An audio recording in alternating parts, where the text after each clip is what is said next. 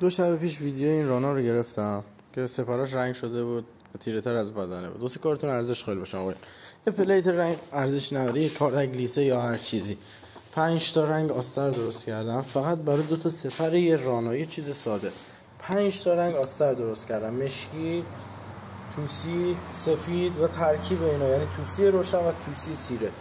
روی تیکه پلیت که بهتون نشون بدم، نکن سفید رو زدم، توسی وسط، مشکی، توسی تیره و توسی روشن رو داشتم برای بین تست اینا و 3 تا آستر زدم. بعد رنگ اومدم اجرا کردم. الان کلیرش مونده، منتظرم خوش واسش با صنعت خوشش کردم، بزنم مات شده ولی خب کامل خوش نشده. روش کلیر میزنم، اینو میبرم کنار قطعه اصلی ماشین.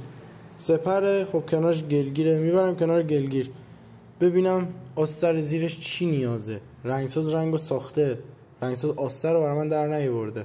وقتی میگه رنگو تست کن، منظورش از تست رنگ اینه.